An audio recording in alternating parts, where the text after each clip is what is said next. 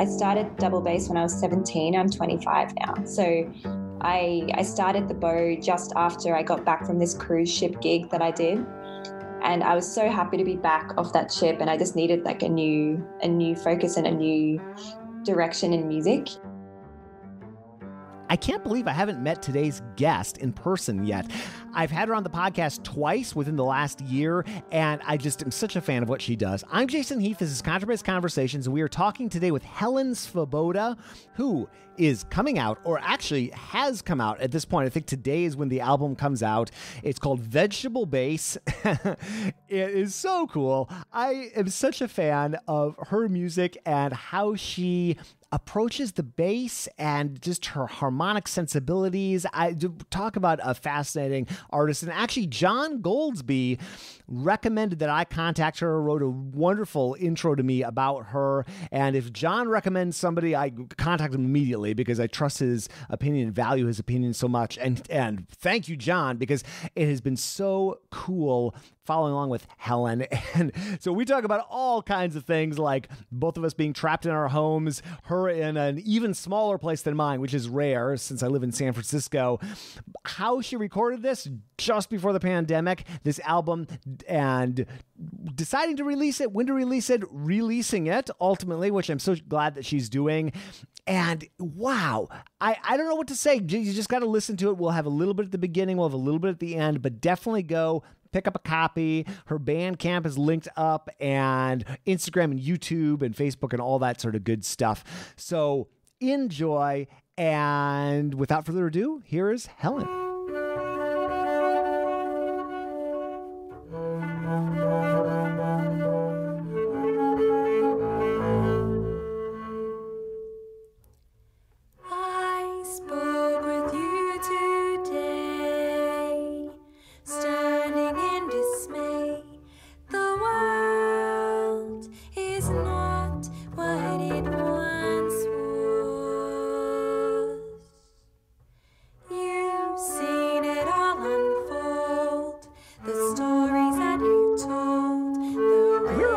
Are you in Germany, or are you back in Australia, or where? I'm just next to Germany. I'm in Maastricht, so I'm still in the Netherlands. Were you there before? Okay. That's why I forgot. Okay, cool. No, yeah, it's easy to get confused because I've been studying between Cologne and Maastricht. Mm-hmm. So I just basically finished my studies here now. Like I finished the masters, and yeah, I'm here in my one-room studio apartment with my boyfriend.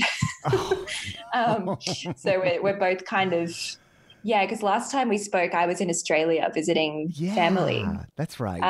And I was living here already, but I'd almost finished my first year, and now we've finished our second year, and we were supposed to fly back and visit family again. We'll have to see. Yeah, not this time. Wow. Yeah, I can't even, we just moved before the pandemic hit, and we moved to a place that has, it's San Francisco, so it's still really small, but at least it's a one bedroom, and we've got an outdoor space. And I can't imagine if we hadn't moved, because I'd be climbing the walls. It was dark and small, and God. It just, it's like, and he couldn't have even known it was going to happen so fast. Like that's what kind of took us by surprise. Like Andrew, he's a saxophonist, and his band came from Australia for a tour. Oh. And then they arrived the day that lockdown was announced. Oh. And it was literally within 2 days, and they called before and were like, no, it's pretty chill here. And really it was like, we had no idea. And then it was just bam. So they were like, oh, gonna go back now. It was just so crazy. And yeah, since then we've been living in this tiny space that we're, I think, pretty keen to get out of eventually. It'll be refreshing to have 2 rooms. No, I feel your pain. That's it. And that's not a short trip. I was in Australia in November, first time. I saw you posting about it because you saw Phoebe, right? I saw Phoebe. Yeah. Yep. Mostly Melbourne, a little Sydney. Are you from Melbourne? Brisbane. Oh, you're from Brisbane. Okay. So right. Okay. Yes. Okay. I was born in Finland, and my dad's from Brisbane. So we moved there when I was 5. Okay. So, yeah, I've lived in Brisbane most of my life, but we're actually moving to Melbourne after this pandemic. So, Wow. yeah, Well, I'd love yeah, to visit Brisbane. I need to. I know now. I know what to do on my next trip to Australia, which I will make longer. totally. But I can't say Yeah, enough good things. I mean, I had such a great time. But oh my goodness, yeah, that flight is no joke. And from here in San Francisco, that's about yeah, as short as you're going to get. And so I was talking to people about what yeah. it's like. Europe's even worse, right? Because you have to either It's fly to like the Middle East and transfer or yeah. something. You either go to Dubai or Abu Dhabi, or you go to Singapore or Hong Kong, Okay. basically. So it's like, yeah, it's basically like an 8 hour flight from Australia to Singapore or Abu Dhabi, and then Hmm. it's another 14 hours from Asia to anywhere, really. And That's it's just crazy. Yeah, I mean that's really the only. That I'm sure this is simplified, but it's one of the few downsides probably to living in Australia. Because what an amazing! I mean, Yes. I just had I wanted to move there immediately, but it's got to be so interesting being 17 hours minimum away from Yeah. either Europe or the States. Yeah. It's just like you feel very isolated in general, which is kind of why Andrew and I wanted to move to the other side of the world for a bit to be a bit Mhm. closer to places. And I mean, Europe in itself has so much to offer within a small space. You can be in multiple countries in like a day. Um, but yeah, I think it's just something about Australia that I particularly really miss. I'm pretty keen to move back, and I mean to Melbourne. We've never lived there, and it's just a nice music scene there as well. And Oh, it yeah, seems a like bit bigger than Brisbane. yeah, it seems like a great music scene. I Yeah, was talking to Ben Hanlon, who is in the Melbourne Symphony yeah, and does a lot of playing, jazz and other styles. And I mean, yeah. he was just telling me about the scene there. It sounds so incredible. Mm, And it's funny, living like San Francisco and Melbourne are not too dissimilar in terms of size. We're yeah, our area is probably about 7 million. I think Melbourne's maybe around 5 or 6, maybe or yeah. It's something. about five, I think. Yeah, Yeah, but boy, I mean, after talking to Ben, it's like the amount of live music happening there is just astonishing. Or it seems like, yeah. yeah, Yeah, it seems like many little, tiny little venues as well popping up, which I guess sadly a lot of them won't survive this period. But I'm hopeful that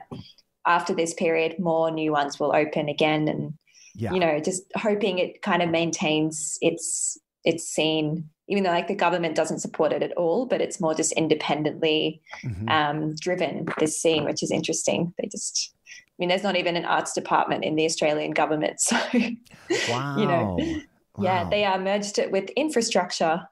So now the Department of Transport and Infrastructure is the arts department as well. Oh, well, Who yeah, knew? that might change how things are allocated in terms of Yeah, like we need to fix this bridge or fund this yeah, music series. Oh, that's unfortunate.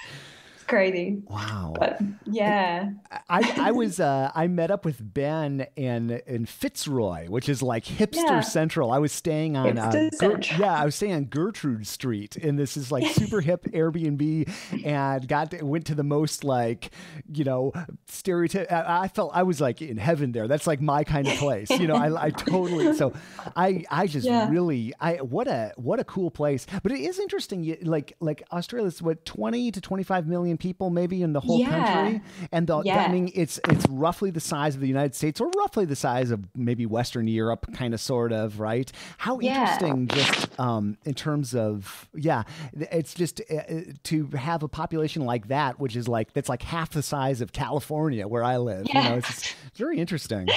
Totally. I think it's partly because lots of Australia just isn't livable as Hmm. well. It's like they're kind of all the population around the coastline, and it's quite densely populated in the big cities. But Hmm. then, I guess not compared to many other cities, still it's quite sparse and there's lots of room. But like the middle of the country is just unlivable. It's too hot, too dry, no water. It's just desert. Yeah. So it's kind of just everyone's around the coast and in Tasmania at the very bottom. Yeah, it But seems that's like about it. it seems that it's such an interesting way, and I mean it makes sense why it is that way. But yeah, to have these more sparsely populated but large urban centers. And I mean, both Melbourne and Sydney felt quite large to me. And it's interesting. I was just randomly another bassist from here in California named Susan Wolf. She plays in the San Diego Symphony. She was in Melbourne when she was with her son, and they were up by the Great Barrier Reef. What's the town up there? Cairns? Yes, that's where they were. Yeah. And she was telling me about, then you're in like tropical jungle kind of. So what a fascinating, and even like the climate between Melbourne and Sydney, even there was quite a bit of difference there in terms of such a huge difference. Yeah. It's funny. There's like this thing between Melbourne and Sydney is, if I can even say Sydney people, Melbourne people, there's like Sydney's more like the business district and Melbourne's hipster district, That's what they'll tell you. Yeah. Well, I need to spend a little more time in Sydney because I was only there like 3 days or something like that. And I went out to, is it Bondi Beach? I always forget how to pronounce it. But yeah, Bondi. I went out to Bondi Beach. Max Bebo, who plays in the Australian Chamber Orchestra, he lives out there. Yeah. So he and I had a great hang out there. And it was, when I was there, it was right when the fires were happening, but they hadn't gotten to be like what they were. But oh my goodness, what a rough year for Australia, It's been awful. It's been really hard being so far from there and just seeing the news. It's just, that was insane. And then as soon as the fires came under control, then it was COVID.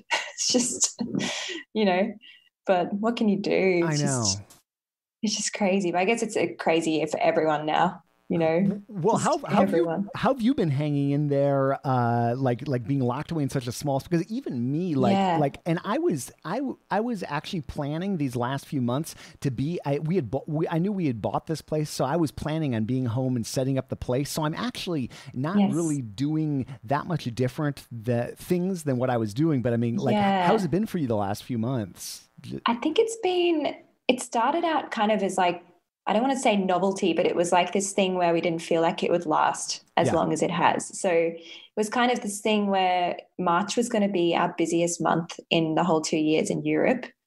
There were just like all these competitions that happen here and all of these little mini tours that people do around that time. And we were so ready to have this crazy month. And then within, overnight, it was like, everything's cancelled. So we just had to make this mental shift to like, okay, that's okay because everyone's in the same boat. Like, what can you do? And then after the first month, that's when we started to finish our master's. So I handed in my master's thesis and did my research presentation, and Andrew did that too. And then we just kind of went into this real lull and kind of this downwards slump for a few weeks because it was suddenly you feel like you have less of a purpose being here because you're like, I'm basically not a student anymore. So I have nothing really tying me here.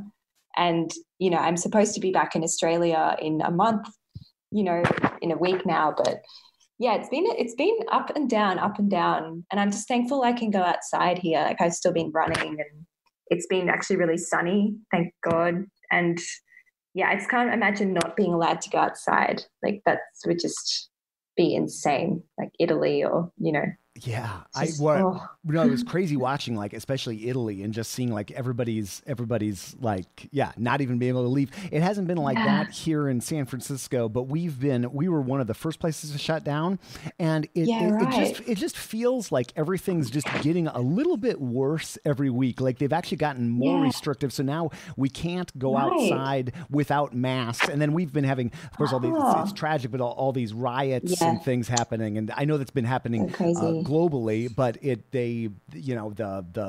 then before that all, and I mean, this is much less of consequence, but there was this huge fire just north of us on the waterfront. It burned up all these docks. So we walked outside one day and the air was full of smoke. And I thought like, is there a giant forest fire in town I'm not aware of? So it's just like, and so now I'm running, but I have to run with a stinking mask, which I hate. So you're not allowed to exercise without a mask at all, like anytime you go outside. Well, that is the current as of whatever it Florida's June 4th Wow. thing. But I think San Franciscans have drawn the line at that and said, screw that, Yeah. because most people are, but now you have it with you and you kind of like dance around. So Yeah. I go, the moment the sun comes up, I go out Yes. and there's nobody out. Yeah. And for me, Your photos look so good from your mornings. They well, look so nice. yeah, Yeah.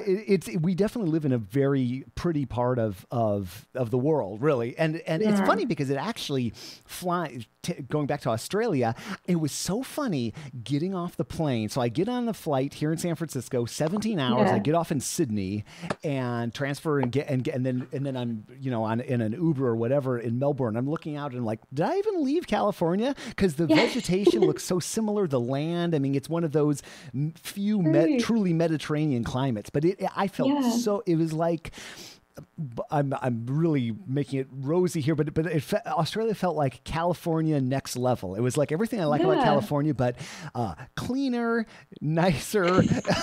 just really, I just had a lovely time. I did not want to go back. Yeah. Well, it's just crazy. Like it's interesting you say that because I was supposed to come to San Francisco probably in November to visit some cousins. And I was, of course, going to get in touch. And then, I mean, that's definitely not happening now.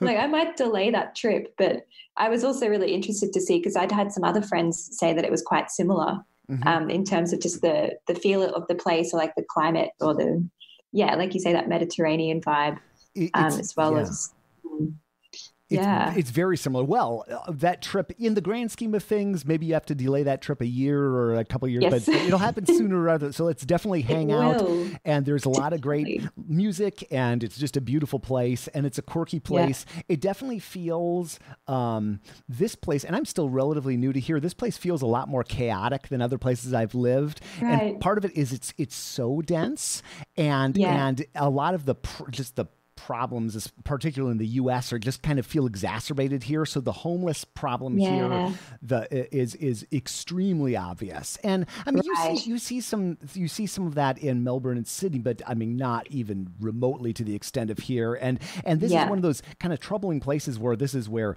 Twitter and Uber and Lyft and all these tech Yeah. companies are based. And so you're like, either people are making hundreds of thousands of US dollars a year, or they're like, have absolutely nothing on the streets. And it's kind of Yeah. a troubling place in terms of that, but it is a troubling place, but it is a Yeah. beautiful place. And you'd That's feel so at home interesting. here in many ways. Yeah. Yeah. I have to come as soon Yeah. as I can. Well, I'm definitely headed back to Australia. I mean, that was such a lovely trip, and I'll try to tie it into another base event.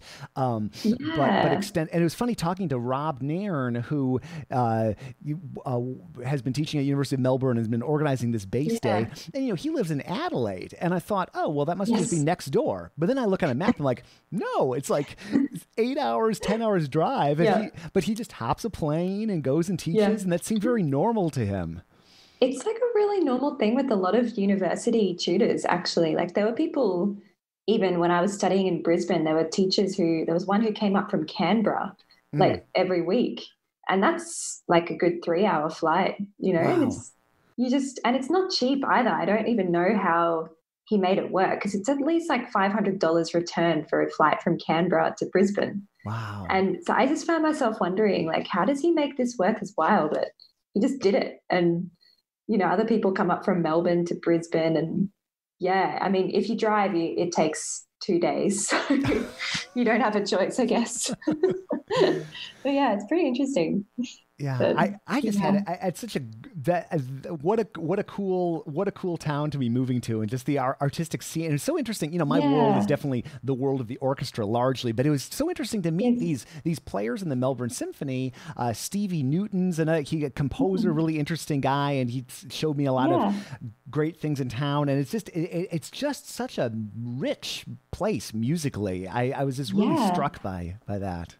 I have to meet these players in the orchestra as well because yeah, I'm obviously super in the jazz scene, so I'm just not at all connected with the orchestral scene in Melbourne or Sydney at all. I know some in Brisbane, so it'd be interesting to meet actually some yeah, some new people moving down there that I don't already know of or know, You know, you know? it's so neat. I know that you're a jazz, like John Goldsby introduced us, and I know that jazz is your background, but I just don't think of, like, I was just listening to the track you've got for the upcoming album, the YouTube Yeah. video you've got, and it's like, Mm, jazz, jazz is just such a funny term. Like, do you actually it play is. straight ahead jazz gigs? Are you like out there? Yeah.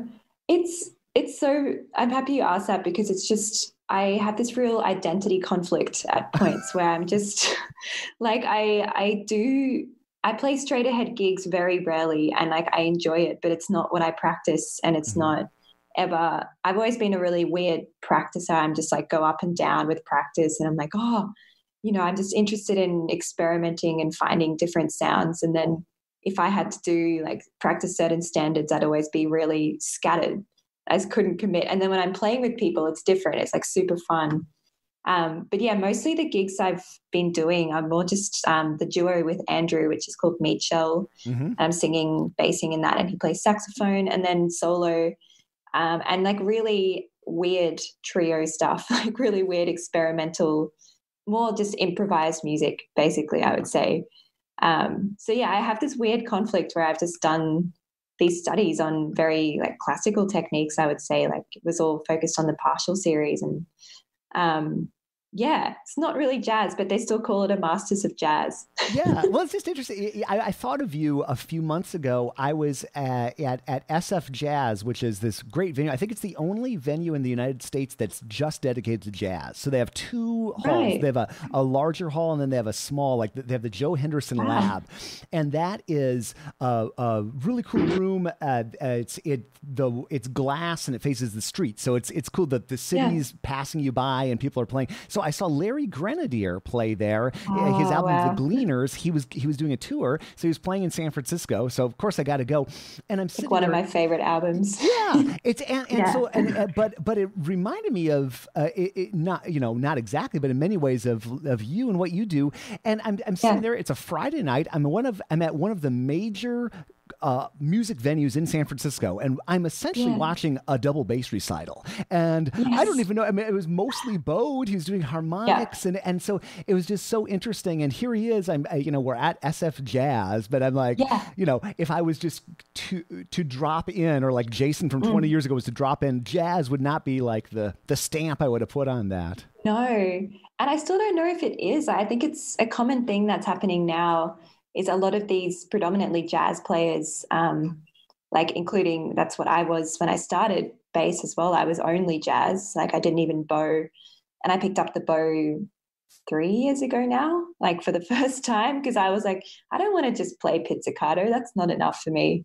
I was like, there's so much more in the instrument.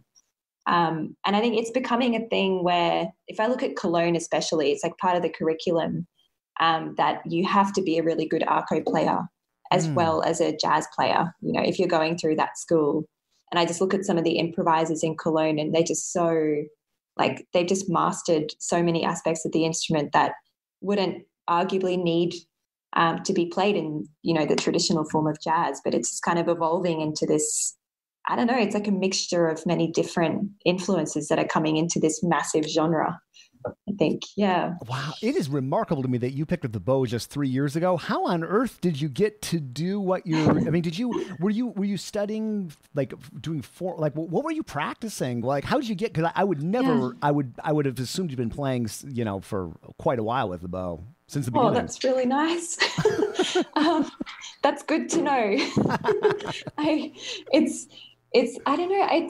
When did I pick it up? It was actually after my bachelor studies because I started double bass when I was 17. I'm 25 now. So I started the bow just after I got back from this cruise ship gig that I did. And I was so happy to be back off that ship. And I just needed like a new focus and a new direction in music. And so I started having classical bass lessons with Ken Pajoli, who's in the Queensland Symphony Orchestra. And yeah, that just it. I was just practicing classical pieces, and that was all. And I just was doing that, every day. And he was just such a good teacher that he kind of set me on a really good path to, having the correct technique from the start. And yeah, and that's kind of how it started. And then over here, I just continued that when I started in Maastricht with my 5 different bass teachers across 2 years. And most of them have been German bow, actually. So I really had to, I'm French bows. I really had to just make sure that I'm, you know, listening to my body and making sure that there's not pain, and that I'm, you know, remembering all the things I've been told, and watching videos on YouTube as well. Even like one of your ones the other day, how to bow a double bass. I was like watching that, you know, because I was like, just every time it pops up, I just remind myself that I'm still new to that. I have to make sure kind of to check in for myself that I'm still doing it correctly.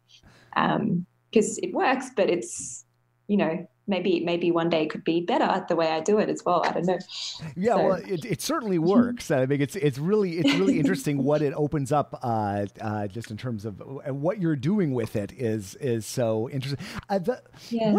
You know, I'm long overdue for a trip to Cologne. I haven't been to Germany in a long time, over 20 years, which is really a tragedy. And one of my former students plays in the Westphalian Symphony, which I think he lives in Cologne or just outside of Cologne. Right. Eric Steffens. Okay. What's that?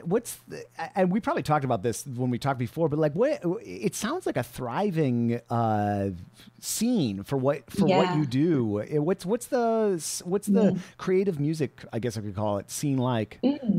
It's just like, I have to admit, I don't feel like I'm so much in the scene, but I've just been inspired by this scene. And it's the reason I came here, is because just from the amount of music that I've seen performed there, and all the teachers that I've learned from who play there, and even just like the few venues I've played at myself there, it's just this really supportive mentality to begin with, where they actually just accept anything. You don't have to feel that you have to, you know, suit your music for the purpose of this venue.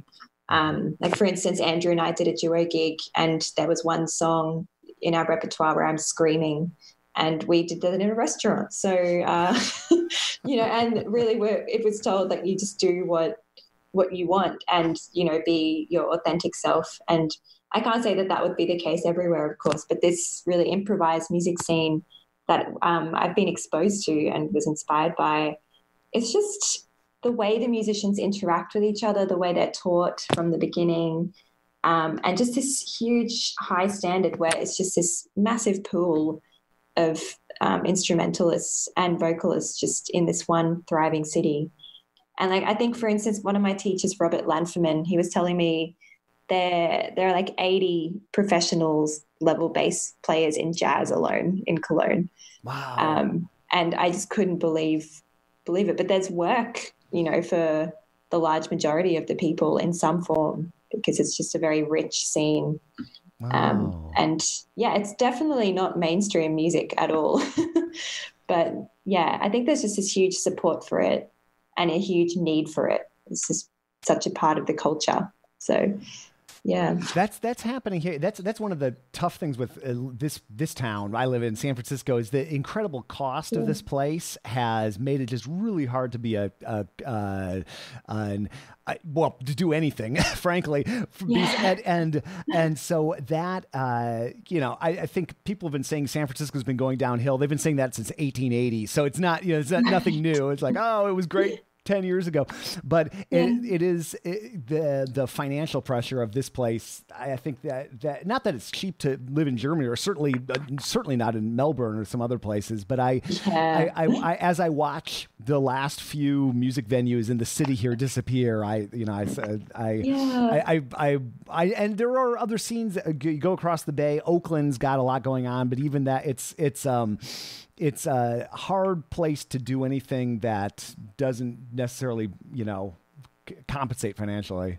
Yeah, I think especially in this time as well, it's an issue that's resonating with many more people, musicians, like in the community, because it's just post-pandemic as well. You know, it was a struggle before the pandemic to keep these venues open for the large part of it, and keep the demand high for this, you know, just different styles of music, but especially I would say for this improvised music as well. But I think a lot of the venues of all different styles and aesthetics will have a difficult time after the pandemic, just picking up the the lost time and the momentum again. But Oh, yeah. I'm trying to be hopeful that there's going to be a demand for live performance more than ever, because this live stream thing is a real challenge, I think, when you're performing and when you're watching. I just find myself tuning out Oh, yeah. without realizing. I'm like, whoa, I just conscious for the last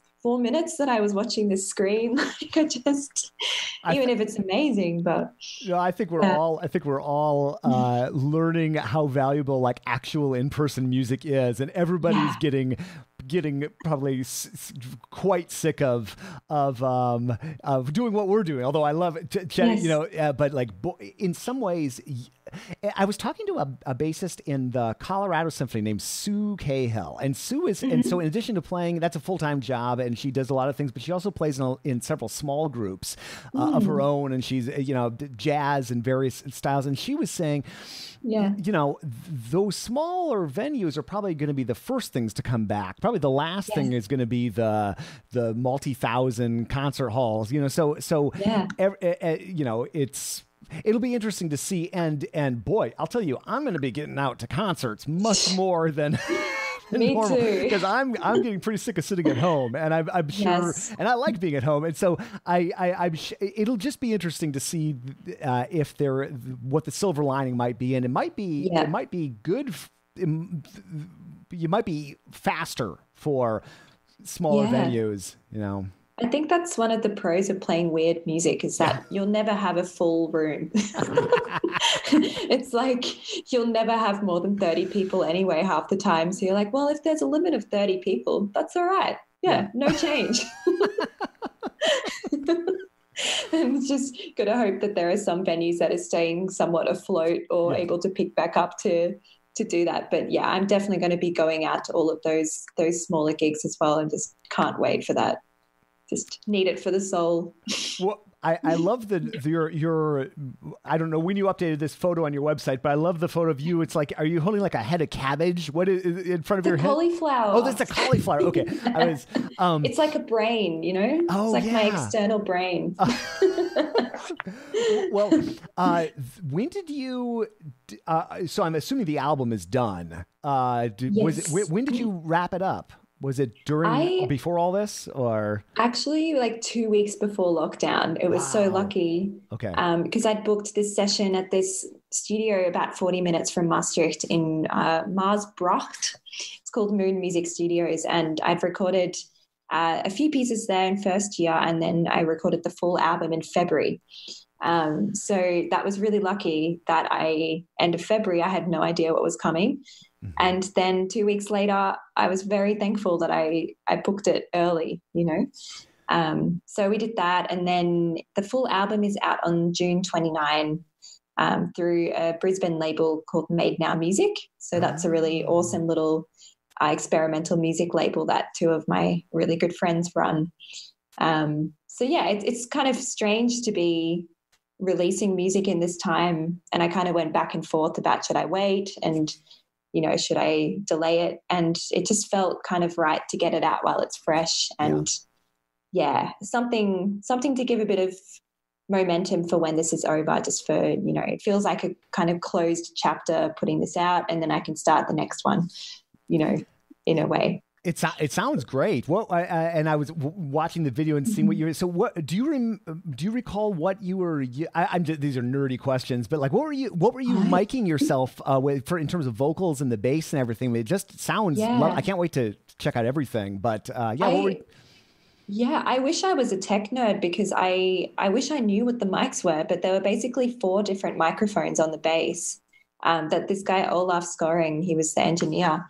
And he just said, like, why not try them all and just pick up as much sound? And then there was just one vocal mic in front of me. But it was really nice because some of the bass mics were also picking up the vocals, of course. It was all done in the same time. And there was only one piece with a few overdubs on it, but all 10 tracks were just in real time recorded. So, yeah, it was really, really cool for me to just see this room. There were mics everywhere. I had to be kind of careful not to move too much, because I was like, first of all, hitting one with the bow, or it was really fun just being able to as well record, it's kind of feeling the connection between the voice and the bass. I didn't feel I could do them separately at all. I'm so happy I didn't. Yeah, that would have been super weird. I would imagine to separate them like that, since it's probably so kind of just like organically tied together. Is the whole album solo bass and voice? Yes. Wow. Yeah. Oh, how cool is that? Okay. Yeah. Wow. The whole album, there's like some instrumental tracks on there, but a lot of them have voice in some form. Like there are some with lyrics and some with just some extra sounds, because one of my main focuses for my master's was actually the combination between voice and partials. So, how does the female voice, particularly because it's higher, how does that blend in timbre with the timbre of double bass harmonics bowed, because it's this really cool resonance that happens. And sometimes you can't really tell that there are two instruments at times. It's like, oh, that's just a really weird warped pitch. And yeah, that was kind of fun to experiment with. Well, I love what you do with timbres and harmonics. I probably said this the last time we chatted, but like you're one of those players that makes me think. I look at my bass and I think, how is that happening? If it's the same instrument, I have the same harmonics. But just like the way that you structure your chord changes, and then unison lines with the harmonics, or like then branching out into harmonies with the harmonics. It's really, and the sensibility of the way your music progresses, I think, is super, super interesting. Were you improvising in the studio? Was this all completely preconceived, or how'd that all work? It was like, I knew I was recording 10 tracks. So I had, over the past 2 years been building up this portfolio of vegetable compositions. And I had to put a cap on it at some point. So I was like, 10 seems like a good number. I'm going to keep it at that. So I went in, and they're very much compositions. Like I charted them all, and but I was just opening them up for myself. So trying to find something different every time I play it, because it's kind of, yes, that's that mixture of classical meets jazz in a way. It's like, it's this notated music that's very specific in terms of, up, down bow, partials, everything. It has to be predetermined in a way to execute those pieces. But yeah, adding on the vocals has been particularly important for opening up the music into a different realm, I've found, because I started singing properly 2 years ago as well. So it's just kind of been a fast-tracked process here in Europe, just figuring out how do these two things work together. And I found that particularly in the last 6 months, I hit this point where I really started to feel this connection between the two instruments, and it felt more like just one. So I think that's where the improvisation comes in. It's just kind of, organically exploring the material that I already had and had been working on, but keeping it fresh and like an honest representation of that day in the studio. If something's different, that's okay. Oh, that's so cool. Wow. So you've only were you then studying voice for these last 2 years? Is that, or? Yeah, I only in the last 6 months, actually. I've been a bit late to the game. I've been singing for a while, but yeah, it was so nice to finally get some lessons in the last 6 months, and just to know how to use my body and how to keep practicing and actually really grow in this new instrument. That's so exciting. It's like, yeah. Wow. What do you do? What do you do in terms of practicing vocal? And again, like with the bow, I would never imagine that singing. I mean, you probably sang your entire life to some degree, I'm guessing. But yeah, my piano teacher made me sing every time. I was like, "What are you doing?" But I thank him now. But yeah, what are you practicing vocally or bass wise? Frankly, like that'd be an interesting. Yeah. Vocally, I'm really just building on technique at the moment. When I'm practicing away from the bass, I practice in the bathroom every morning because of our one-room apartment situation. So Andrew will practice saxophone in the main room with the bed and the kitchen, and I'll go to the bathroom. And it's quite fun with the reverb because you feel really good about yourself. Yeah. Like, oh yeah, this is great. But just really building on different colors that I can get out of my voice that I'm just starting to really discover in the past couple of months, particularly. So I would say that's been my main lockdown project, is actually vocal practice and really prioritizing that. And on the bass, my lockdown practice has been very scattered on the bass. I think having finished this album, it felt like a real accomplishment. And then suddenly lockdown happened. I was like, okay, so much time to practice. And the focus hasn't quite been there. I feel like I needed a bit of a creative break from the instrument and just to focus on the fundamentals again. And it's coming back now. I'm just starting to, pick it up, and I've been doing some fun multi-track recordings as my practice on the bass. So just creating my own bass quartets, which has been really fun. Oh, that's I've cool. never done that. Yeah. So yeah, that's kind of what brought me back to the instruments practice again. But before that, I was just exploring and building upon compositions most of the time, but trying to tie in techniques that I wasn't familiar with. So it's combining technique with creativity in the one go. And my scattered brain seemed to like that. Yeah, I think practicing has been hard for a lot. It's certainly been hard for me. It's funny that you did. I never do multi-track stuff except during this lockdown. I have been. I use Ableton Live for a lot of things. I have for years, and so I broke out Ableton and I recorded this bass quartet that composer Andres Martin did, and it was written for students, and so I did it. And I was like, all right, I was feeling really good about myself. So then I broke out this bass duo that's a little harder by Simon Garcia, a Spanish composer. And I recorded it, and I like cacked all over it. It's terrible. I was playing for my wife. I played both for my wife, and she was cracking up in the second. So that's that's been the end of my moment. But it's been kind of fun, actually. I guess maybe that's my subconscious saying I'm missing playing in ensembles. But that's cool that you've been doing that. I'm happy to know I'm not the only one, because I've also never done it. And then it's just mine's definitely been just again. I've like cranked up the reverb on mine to make it sound really cool. That's been like my way to mask my many mistakes when I just improvise into multi-tracks basically. But that in itself has many things that go wrong. But if you put reverb on it, then it's like, oh, it's just this big blend of things. It's cool. Yeah, it's amazing how helpful reverb can be for the musical experience. I recorded I've been doing this Flight of the Bumblebee thing with several other bassists, and we're putting that out this month.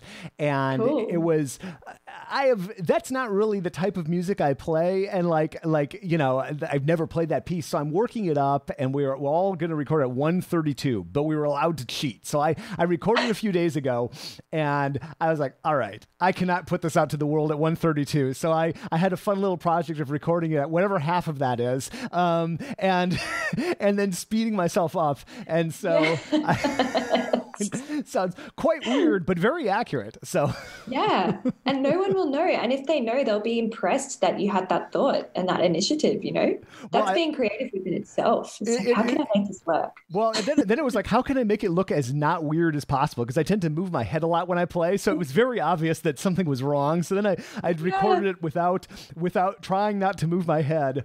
And but then I was playing now. So it was kind of a fun. Now I know how to fake and double the speed of something and sound reasonably okay.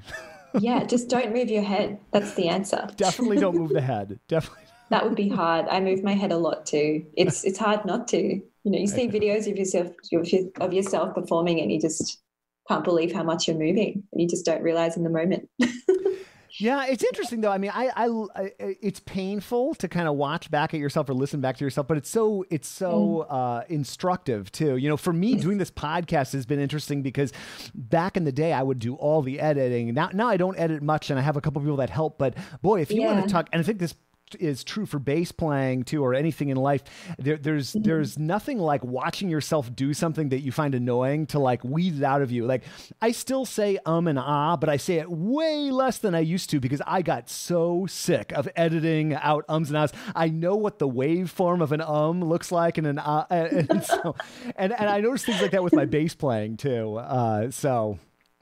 Well, that's one way to learn. I say way too much for sure. I'll hear it back in this and be shocked, but also not shocked. I shouldn't be surprised. I've still got to edit mine out. Helen, we got to do this in person one of these days. I'm so bummed that the California trip's not happening, but obviously, I know. And I definitely see Melbourne, maybe not Melbourne 2021, but Melbourne again soon and Australia soon. So we got to do, and anytime you have anything coming up. The door is open. I think Danny Zeman might hold the record for, I think he's been on this podcast like 7 times or something like that at this point, but the door is open anytime, in person. No, thank you so much. Oh, please. Yeah. And and just keep doing what you're doing. It's really exciting.